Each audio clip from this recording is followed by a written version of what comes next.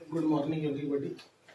Now we have seen the grouping of cell in our 24th video. This is the 25th video of current electricity, and today we will look at application of that concept which we have studied in previous class, and come to question number 38.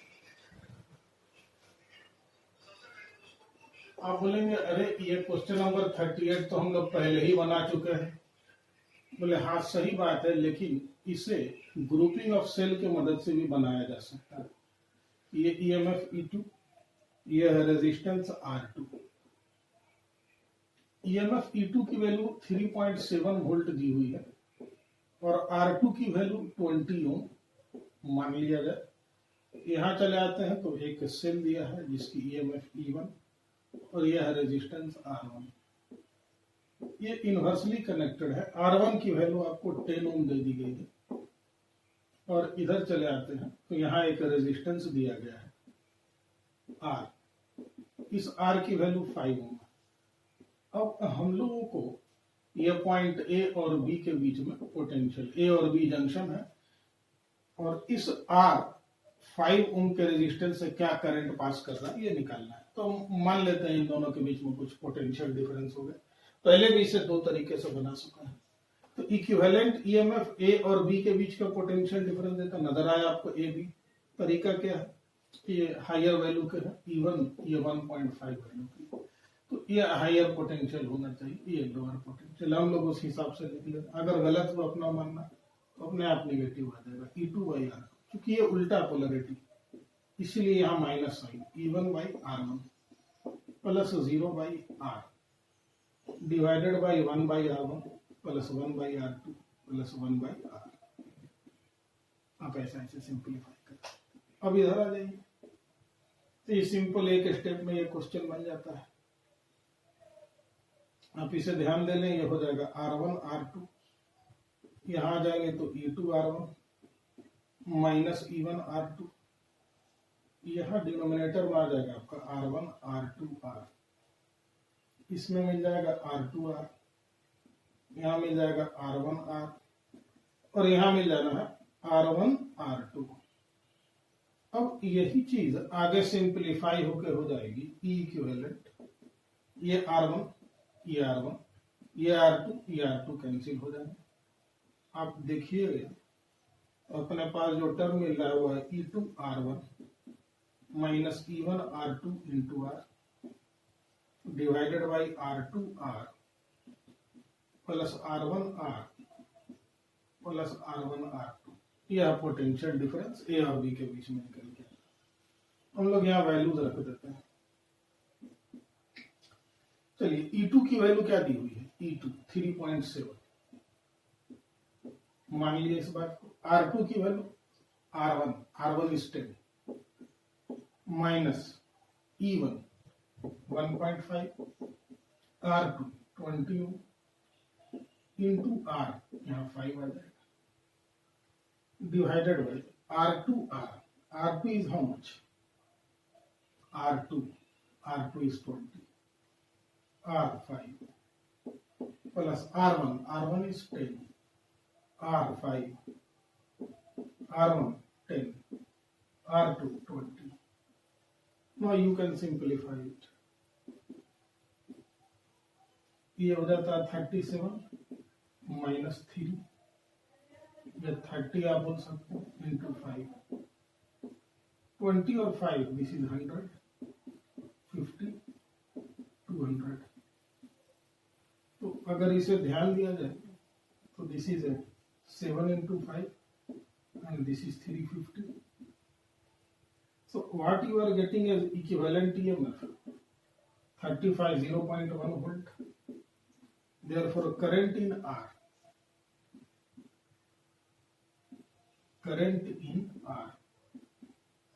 is equal to 0.1 volt divided by 5। This is a 0.02 ampere। Again answer is same। So this is the concept which is called, पहले भी आप Kirchhoff laws ही लगाए हैं, ये भी उसी के application का है, आंसर तो सेम नहीं था, बट टाइम बचाने का बात है तो अगर आप करेंगे तो ठीक है। Now we start with another important concept called as symmetrical arrangement, symmetry rules. We will start with symmetry rules. So what is the symmetry rule? Try to understand. Symmetry rule क्या है?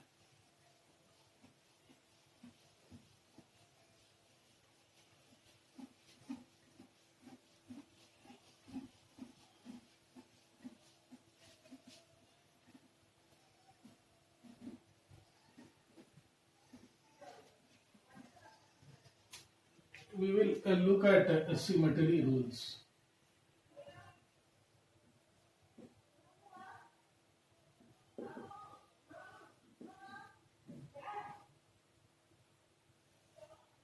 What are symmetry? दो तरह की symmetry हम लोग देखेंगे, एक है मिरर सिमेट्री। पहले हम लोग लिख लेते हैं मिरर सिमेट्री। आप ध्यान दीजिएगा क्या है मिरर सिमेट्री। अपन एक सिंपल सा अरेंजमेंट लेंगे, एक साइड और दूसरे साइड का मिरर इमेज होना चाहिए। एक आराम से आपको अरेंजमेंट नजर आएगा, ये रेजिस्टेंस, ये रेजिस्टेंस। बोलेंगे अरे ये तो बड़ा आसान है, पर जैसे ही यहां हम जोड़ देते हैं आपको तकलीफ शुरू हो जाती है। अच्छा, अब इसे ले लिया जाए R, इसे भी R, ये 2R, ये भी 2R, और यहाँ आप कोई भी रेजिस्टेंस ले लीजिए, R1 मान लेते हैं, ठीक है। तो अपने को क्या सोचना है, तो भाई ये मेरा पॉइंट है A, जिससे अपने को करंट इसमें एंट्री कराना है, और ये पॉइंट B। तो इन दोनों के बीच में अगर हम ऐसे लाइन देखते हैं तो सिमेट्री नहीं, ऊपर R नीचे। पर इस लाइन का बोट देखा जाए, ये है अपना मिरर, मान लीजिए ये मिरर है,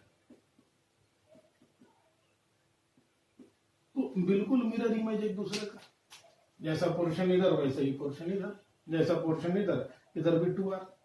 तो हम लोग करंट फ्लो कराने के लिए मानते हैं कि A और B के बीच में एक बैटरी जुड़ी है। A को मान लिए पॉजिटिव टर्मिनल, B को मान लिए निगेटिव टर्मिनल, करंट इधर से एंट्री करना शुरू करेगा। तो मिरर सिमेट्री में होता क्या है समझ लीजिए, अगर इधर से करंट आ गए I, तो इधर से भी करंट क्या आएंगे I। Current in symmetrical resistances will be similar. इधर से गए I1, इधर से वापस भी क्या आएंगे I1, इधर से गए I2, इधर से वापस भी क्या आएंगे I2। बोले अच्छा, इसका यूज क्या है भाई, हम लोग थोड़ा समझते हैं। पहले स्टेटमेंट लिख लें, इन सिमेट्रिकल अरेंजमेंट, इन सिमेट्रिकल और इन मिरर सिमेट्री, ऐसा लिखें, इन मिरर सिमेट्री। अगर सिमेट्री जो है वो मिरर सिमेट्री है, मिरर सिमेट्री आप समझ गए कि ए बी के परपेंडिकुलर लाइन में जो मेन है एकदम एक दूसरे का मिरर इमेज होना चाहिए। In mirror symmetry, current in symmetrical path, current in symmetrical path are same. जो भी सिमेट्रिकल पाथ है उसमें करंट जो है वह सेम होगा। बोले वाह, इसका क्या फायदा है भैया, ये समझ लिया जाए। तो ऐसा समझिए बच्चों कि इधर से करंट आया I1 और इधर इस R से सिमेट्रिकल पाथ से R1 चला गया। बोले ये जंक्शन तो है, बोले हाँ है। तो फिर इस R1 से कोई करंट जाएगा या नहीं जाएगा, बोले बिल्कुल नहीं जाएगा, क्योंकि अपनी सिमेट्री डिस्टर्ब हो जाएगी। तो इससे करंट I1 आया, बोले इधर गया I1, तो तुमने इधर से कोई करंट दिया नहीं दिया। बोले तो इसको क्यों हम जोड़े हैं, आप चाहिए तो हटा दीजिए। बोले ठीक है, फिर हम हटा ही देंगे, अगर है भी और करंट भी नहीं है तो कोई मतलब नहीं। उसी तरह से इधर से I2 करंट आए तो इस 2R से भी क्या करंट चले जाएंगे I2, तो इधर भी ये जो कनेक्शन है वो यूजलेस कनेक्शन हो गया। तो नतीजा ये हुआ कि ये जो रेजिस्टेंस R1 है ना उससे कोई करंट नहीं जाएगा। अब अपना अरेंजमेंट ये बड़ा सिंपल बन जाता है। It reduces to like this, कि अपने पास एक रेजिस्टेंस इधर आ गए R, इधर भी एक रेजिस्टेंस R, ये रेजिस्टेंस आ गए 2R, और इधर से भी एक रेजिस्टेंस आ गए 2R। बोलो वाह, तो बड़े कमाल की चीज मिल गई। ठीक बात है, ये A, ये B ये R, ये R, ये 2R और ये भी 2R। तो ये दोनों कैसे कनेक्टेड हो गए भाई? सीरीज में। और ये दोनों भी सीरीज में। तो ये पार्ट का रेजिस्टेंस कितना हो जाएगा? This becomes 2R। और ये रेजिस्टेंस क्या हो जाएगा? This becomes 4R। तो R इक्विवेलेंट के लिए क्या करोगे? बड़ा आसान है, ये दोनों पैरेलल में है। 2R into 4R divided by 2R plus 4R, क्या हो जाएगा? ये 6R। और ऊपर में क्या हो जाना है? 8R। नीचे क्या आ गया? 6। तो क्या लिख सकते हैं इसे? 4R/3 6 लिखा है। आपको कोई कंफ्यूजन ना हो। आई होप ये समझ में आ गया होगा। एक एग्जांपल और देख लेते हैं मिरर सिमेट्री का, और क्लियरिटी आ जाएगी। फिर हम लोग देख लेंगे फोल्डिंग सिमेट्री।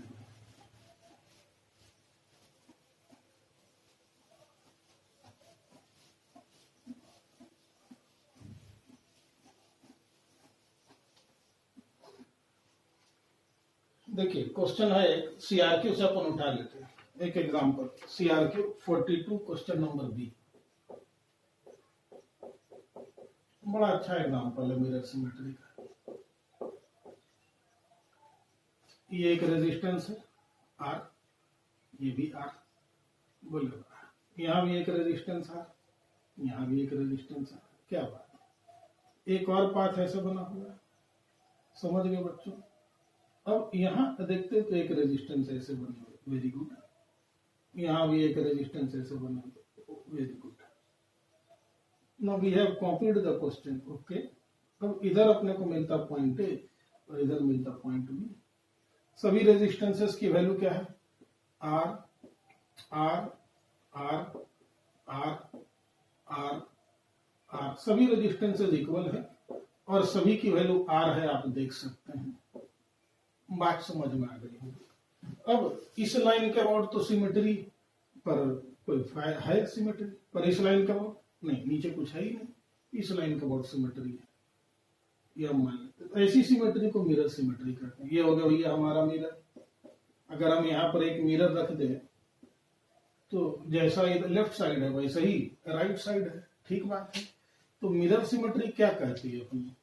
कुछ नहीं कहती है, सिमेट्रिकल रेजिस्टेंसेस में करंट सेम होंगे। तो अगर हम इधर पॉजिटिव टर्मिनल से जोड़ दें और इधर नेगेटिव टर्मिनल से जोड़ दें बैटरी के, तो करंट जाना शुरू करेंगे। बोले सही बात है, इधर से गई करंट आई, इधर भी गई आई, इससे करंट क्या जाएगा? I1। तो ये भी सिमेट्रिकल इसके, तो इससे भी करंट क्या जाएगा? I1। इससे करंट गया I2, इससे भी वापिस क्या आएगा? I2। बोले ओके, बहुत बढ़िया। इससे क्या गया करंट? I3। क्या बात है, तो इससे क्या आ जाएगा? I3। मतलब इस वाले रेजिस्टेंस से कोई करंट गया ही नहीं। अच्छा, तो इसमें हम लोग पूरे जंक्शन को डिस्कनेक्ट करना शुरू कर देते हैं। बोले ओके, इधर से क्या करंट लोगे आप? I4। तो इससे क्या आ जाएगा? I4, क्योंकि सिमेट्रिकल रेजिस्टेंसेज में सिमेट्रिकल करंट जाएंगे। बोले बात एकदम सही है। तो ये वाला भी रेजिस्टेंस से कोई करंट नहीं गया, तो ये जंक्शन जो होगा ना आपके C, D, E, ये 3 जंक्शन खुल जाएंगे। आप इन्हें ऐसा बना सकते हो, सिमेट्रिकल अरेंजमेंट अपने को इस बात की परमिशन देती है। कहते ये आपने बनाया R, बोले हाँ। ये भी बनाया R, बोले हाँ। ये बनाया आपने R, बोले बिल्कुल। ये भी बनाया R, जी हाँ। और ये तीसरा पैरेलल पाथ R, ठीक। अब ये आपका एंट्री पॉइंट वाले रेजिस्टेंस, सही बात है, इन्हें रहने दीजिए। इधर एग्जिट पॉइंट वाले रेजिस्टेंस, बिल्कुल ठीक, इन्हें रहने दीजिए। अगर ऐसा ही होता तो कोई प्रॉब्लम नहीं था। ये बीच में जो रेजिस्टेंस आ रहे थे वो आके गड़बड़ कर रहे थे, बोले उनसे करंट जा ही नहीं रहा है, तो इन दोनों को हटा देना। बोले अब क्या? ये R, ये R, ये R, ये R कितने हो गए? 4R सब सीरीज में। ये R, ये R, ये कैसे हो गए? 2R सब सीरीज में। तो 2R और 4R का हम लोग अगर R इक्विवेलेंट निकालते हैं तो ये क्या आ जाता है? 2R into 4R divided by 6R। तो ये क्या हो जाता है? 4R/3। आपको देख चुका है, ये R, ये R, ये भी R, ये भी R। अब तो बहुत ये आसान क्वेश्चन हो गया। आप आसानी से कह सकते हो A और B के बीच में फिर से बना लीजिए। A, ये हमारे B, ये दोनों रेजिस्टेंस कैसे जुड़े हुए हैं भाई? ये दोनों सीरीज में जुड़े हुए हैं। इनको हटा के क्या लिख सकते हैं? 2R। यहाँ क्या है हमारे पास? R। और यहाँ क्या है हमारे पास? R। और यहाँ क्या है? यहाँ भी एक रेजिस्टेंस आ गया, सिंप्लीफाई होके ये कितने हो गए हैं 4R/3। अब यह तीनों सीरीज में, इनको जब हम सिंप्लीफाई करेंगे तो क्या मिलेगा 4R/3 प्लस 2R, तो ये सिंप्लीफाई होके आ जाएंगे। आप देख लीजिए सीरीज में आप सिंप्लीफाई करते हैं 4R/3 प्लस 2R, क्या हो जाएगा 10R/3। ठीक बात। अब आप सॉल्व करना चाहते हैं कि 10R/3 और 2R पैरेलल में है, R इक्विवेलेंट तो निकल जाएगा, R इक्विवेलेंट यहाँ 2R, यहाँ 10R/3, एलसीएम लेना शुरू कर देंगे, क्या मिल जाएगा 10R, यहाँ क्या आ जाएगा 5, यहाँ क्या आ जाएगा 3, क्या हो गई 8/10R। तो R इक्विवेलेंट क्या हो जाएगा भाई, this is 5R/4। I hope आपको मिरर सिमेट्री समझ में आ गई होगी। ओके, तो मिरर सिमेट्री के लिए हम लोग ये सब चीजें देख सकते हैं, और भी बहुत सारी चीजें हो सकती हैं मिरर सिमेट्री को लेकर के। तो ये एक अरेंजमेंट है। मिरर सिमेट्री में बेसिकली होता क्या है कि जो सिमेट्रिकल रेजिस्टेंसेस है उनमें जो फ्लो करने वाला करंट है that should be same. In mirror symmetry the current in symmetrical resistances should be same. ये देखना। एक और सिमेट्री आती है जिसे हम लोग फोल्डिंग सिमेट्री करते हैं। There is one more way of symmetry and that is popular as folding symmetry. पर ये समझ गए होंगे आप लोग मिरर सिमेट्री में क्या हुआ। इसमें क्या करते हैं, जो भी सिमेट्रिकल रेजिस्टेंसेस हैं और उनसे जो करंट जिनसे नहीं जा रहा उनको अपन सीधे सीधे हटा देते हैं। एकदम सिंपल सा तरीका। अब बोलिए एक एग्जांपल और कर लीजिए। बोला बिल्कुल कर लेंगे।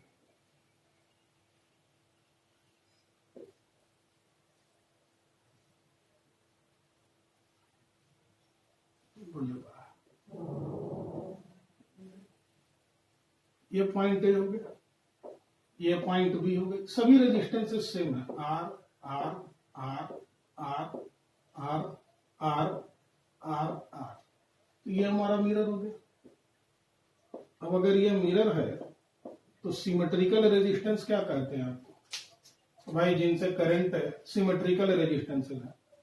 तो ये और ये सिमेट्रिकल है, इन दोनों से करंट क्या जाएगा सेम। ये दोनों भी सिमेट्रिकल है, इससे करंट I2 तो इससे भी करंट I2। ये दोनों भी सिमेट्रिकल है, इससे I3 तो इससे भी करंट I3। तो आप ये रेजिस्टेंस, ये जंक्शन बेकार हो गया, ये जंक्शन बेकार हो गया।